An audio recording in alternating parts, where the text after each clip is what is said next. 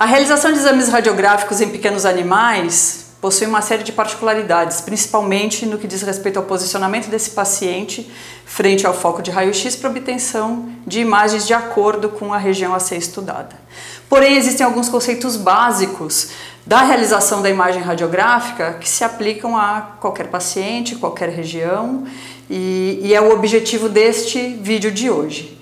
Eu sou a Gabriela, da Imagem.vet, Teleradiologia Veterinária. Se você ainda não assinou o nosso canal, aproveite e assine, ative o sininho para receber as novidades, comente, participe, mande perguntas, nós estaremos aí à disposição para responder todas as questões. Bom,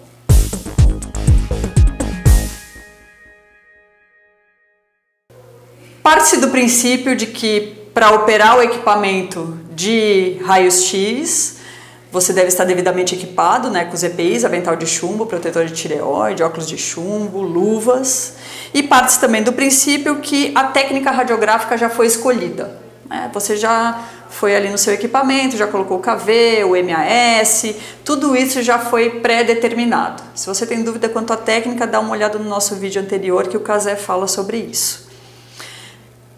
Passando essa fase, então você já está vestido, a sua técnica já está escolhida, você vai escolher o tamanho do cassete. E esse tamanho do cassete, ou do filme, ou da placa, se você está trabalhando com CR ou filme convencional, existe uma variação de tamanho. Se você está trabalhando com DR, não tem variação no tamanho praticamente. Normalmente as placas de DR são 35 por 43, então você não vai escolher um tamanho da placa. Mas no caso de um CR ou do filme convencional, você vai escolher o tamanho de placa o menor possível para abranger a estrutura a ser radiografada. O que eu quero dizer com isso? A placa precisa ter tamanho suficiente para contemplar a região de estudo. Ela não precisa ser maior que a região de estudo. Até porque a gente vai utilizar o colimador, que é essa peça ajustada à ampola produtora da radiação X. A gente vai usar esse colimador para focar a radiação exatamente na região a ser exposta, a ser estudada. Não há necessidade que a radiação se disperse pela placa toda se eu tenho uma estrutura menor a ser radiografada. É importante que se colime o feixe de raio-x. Então eu vou determinar o tamanho da área a ser incidida pelo feixe de raio-x com este colimador. A área que está iluminada é a área sobre a qual a área que vai ser exposta à radiação X, sobre a qual a radiação X vai incidir. Os colimadores eles têm esse X para que a gente saiba exatamente qual é a região central onde os feixes vão incidir de forma mais paralela. É nessa região do X, dessa intersecção das linhas, que eu vou colocar o meu objeto de estudo ou a região de interesse. Isso por pelo menos dois bons motivos. Primeiro, a radiação ela se comporta, depois de emitida, na hora que ela sai da ampola e passa pelo colimador, a tendência dos feixes é se dispersarem na forma de leque. Ou seja, o que está na periferia tende a receber uma radiação mais oblíqua por conta desse feixe, por conta desse leque. O que está na região central do filme vai receber a radiação mais perpendicular. Os raios, os feixes, eles são mais paralelos entre si e vão receber, essa região que está centralizada, vão receber esses raios paralelos entre si. O que acontece com isso? Essa estrutura centralizada tende a ter uma imagem mais real. A imagem que vai se formar dessa estrutura no centro do filme, ela é mais real, sem distorção, sem borramento, enfim. Esse é um dos princípios básicos.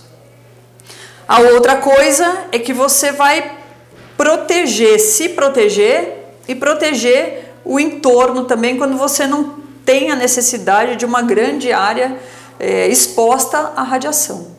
Então não há porquê, se você vai radiografar uma estrutura pequena e eu já tenho o menor cassete, ou eu estou trabalhando com DR que só tem um tamanho, eu não preciso irradiar toda a placa, toda a superfície, se a estrutura que eu quero avaliar ela é pequena. Então eu vou sempre trabalhar com colimação. Isso melhora a qualidade da imagem, né? Porque vai deixar com que os feixes fiquem mais paralelos entre si e vai proteger tanto o operador quanto as demais estruturas de uma exposição à radiação desnecessária. Imaginando que essa luz seja a radiação X, então fazendo essa analogia, né? Se eu tenho o meu objeto bem próximo do cassete, eu tenho uma sombra, uma sombra definida e o mais real, né, o mais próxima do tamanho real da minha mão. Se eu afasto esse objeto, né, ou seja, a minha mão, em relação ao cassete, eu aproximo do feixe de raio-x, mas afasto do cassete, eu vou ter uma imagem magnificada, ou seja, a minha mão, ela parece, a sombra produzida é maior do que a minha mão na realidade, e quanto mais eu afasto, mais eu tenho borramento de bordas, ou seja, eu perco também a nitidez dessa imagem produzida. Com a radiação X funciona da mesma forma. A outra coisa que acontece com relação ao posicionamento e o paralelismo das estruturas é que se eu deixar o objeto oblíquo ou o cassete oblíquo ou a fonte oblíqua, eu vou ter uma distorção da imagem. Então eu tenho também uma produção de sombra que não condiz com o que é a estrutura real. É claro que a gente vai trabalhar com projeções radiográficas, que a imagem radiográfica é uma imagem bidimensional e a gente de uma estrutura tridimensional, e a gente precisa trabalhar com projeções radiográficas, esse assunto vai estar abordado aí em um dos nossos próximos vídeos, mas a princípio a gente tem que sempre priorizar um bom posicionamento do objeto para obter a imagem o mais real. O que eu quero dizer, só simplificando, deixando isso de uma maneira mais simplista, né? Mais fácil de digerir essa informação. Se a gente pensar no guarda-sol que a gente coloca na praia ao meio-dia e a gente senta embaixo dele, e a sombra dele no sol do meio-dia, ela é perfeitamente arredondada, como o guarda-sol, ela se forma bem embaixo desse guarda-sol e ela é muito nítida, porque ela está recebendo uma radiação que vem bem de cima dela. Às 4 da tarde, esse sol já está se pondo e essa radiação, ela chega no guarda-sol de uma forma oblíqua. Ela não está mais em cima do guarda-sol, mas está vindo de lado. E a sombra que vai se formar desse guarda-sol, ela está deslocada, ela está longe da onde está realmente esse guarda-sol, ela está deslocada, ela está desfocada e com um formato oval que não é o formato real do guarda-sol. Então, de uma forma bem simples, é mais ou menos isso que acontece com a ampola de raio-x. Na hora que a estrutura está na periferia do filme, ela tende a receber uma radiação oblíqua. E essa imagem dela vai se apresentar no filme ou na tela do computador de uma forma distorcida. Então, o mantra número 1. Objeto de estudo no centro do filme. Mantra número 2. Colimar o feixe de raio-x para atingir apenas a região de interesse. Além disso, tem mais dois pontos a serem observados. O objeto de estudo, ele deve estar o mais próximo possível do cassete. Isso vai fazer com que não haja magnificação da imagem. Um objeto que está distante do cassete, a sombra dele vai estar distorcida, ela vai apresentar um borramento de bordas, ou seja, ela vai estar pouco nítida e magnificada. Ela vai se apresentar maior do que ela realmente é. E todas essas estruturas devem estar o mais paralelas entre si, né? Colimador, o cassete, ou o IP, a placa, e o objeto. Se algum deles estiver oblíquo em relação ao outro, também vai alterar a forma da minha imagem. A gente tem que pensar na produção da imagem radiográfica como uma produção de sombras.